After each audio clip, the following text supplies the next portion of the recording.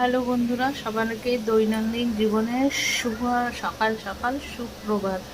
দেখো বন্ধুরা, ছেলে স্কুল চলে গেছে, আমি সকাল সকাল রান্না করতে বসে পড়েছি। আজকে রান্না হচ্ছে ইঁচড় চিংড়ি। ইঁচড় চিংড়ি করার জন্য ইঁচড়টাকে সেদ্ধ করে সেদ্ধ করে রেখেছি। আর তোমার এখানে ইঁচড়ের আলু ভাজা আরম্ভ হয়ে গেছে।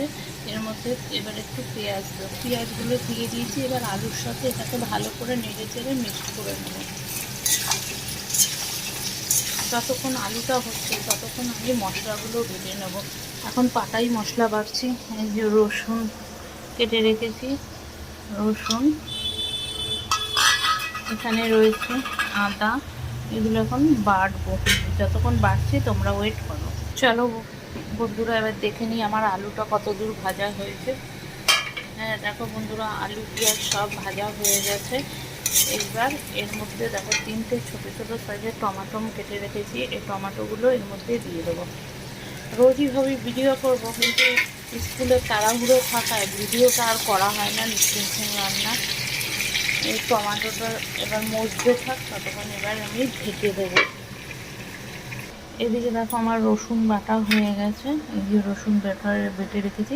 এবার আদার সাথে গোলমরিচ থেতো করে দিয়ে দিয়েছি। গোলমরিচের গন্ধটা খুব সুন্দর বেরোয় আর রান্নার কোয়ালিটিটাও খুব ভালো হয়। এবার আমি গোলমরিচটা বেটে নিয়েছি। আর এই দেখো কাঁচা লঙ্কাগুলো গোটা গোটাই দেবো, বাটবো না। এগুলো এর সাথে এখানে রেখে দিলাম। বন্ধুরা, আদা আর গোলমরিচ বাটা হয়ে গেছে। এবার আমি এই ইঁচড়ে কী কী মশলা দেবো চলো সেটা তোমাদের সাথে শেয়ার করে দিচ্ছি।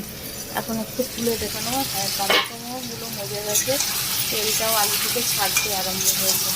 এবার আমি মশলাগুলো একে একে রেডি করে নিই। দেখে নিয়েছো আদা গোলমরিচ বাটা, এখানে আছে রসুন বাটা। এবার বাদ বাকিগুলো রেডি করি। দেখো বন্ধুরা, এখানে 2 স্পুনের মতো দিয়েছি জিরের গুঁড়ো, 1 স্পুন দিলাম লঙ্কার গুঁড়ো। যেহেতু গোলমরিচ আছে আর কাঁচা লঙ্কা আছে, ওই জন্য আর ঝালটা বেশি দেবো না। এটা ঝালের জন্য 1 স্পুন গোলমরিচ গুঁড়ো দিয়েছি। এবার কালার হওয়ার জন্য 1 স্পুন লাল লঙ্কার গুঁড়ো দেবো। দেখো বন্ধুরা, কালারটা ভালো হওয়ার জন্য দিয়েছে লাল মরিচা পাউডার 1 স্পুন এর মধ্যে দিয়ে দিয়েছি। এবার এর মধ্যে জল দিয়ে হলুদ গুঁড়ো দেবো, তারপরে জল দিয়ে ভালো করে মিক্সড করব। হলুদ দিয়েই সব কিছু দেওয়া, নাড়াচাড়াও হচ্ছে। দেখো হলুদ দিয়ে ইঁচড় সেদ্ধ করা, চিংড়ি মাছও ভেজে নিয়েছি হলুদ দিয়ে। এখানেও আলুটাকে মিক্স করেছি হলুদ দিয়ে, তাই হলুদ গুঁড়োটা 1 চামচি দেবো এর মধ্যে। এবার দিয়ে জল দিয়ে মিক্সড করবো। দেখো বন্ধুরা, মিশ্রণটা তৈরি হয়ে গেছে। এবার আমি একে একে সব কিছু এর মধ্যে দিয়ে দেবো। এই মিশ্রণটা আগে দিয়ে দেবো,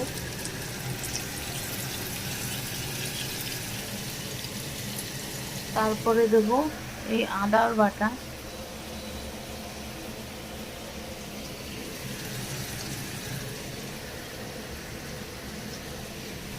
এবার দিয়ে দেবো রসুন বাটা,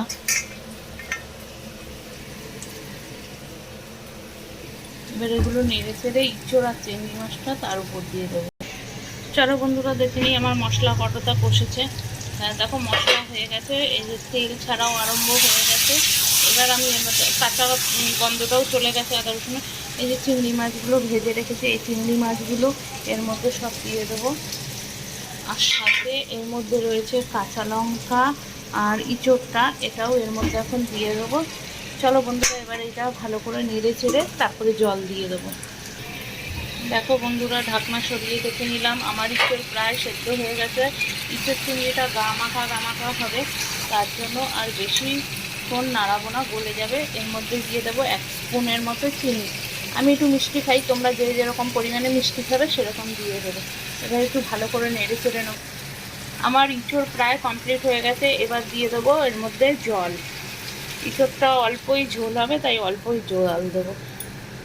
আর লাস্ট ফিনিশিংয়ে দিয়ে দেবো এই যে ঘি, আর এই হলো সানরাইজের গরম মশলা। এটা দিয়ে নামিয়ে ফেলবো।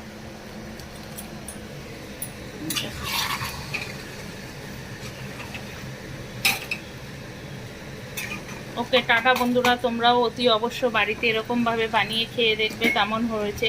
তা আর লাইক সাবস্ক্রাইবটা মনে করে দেবে, ভুলবে না। টাটা বন্ধুরা।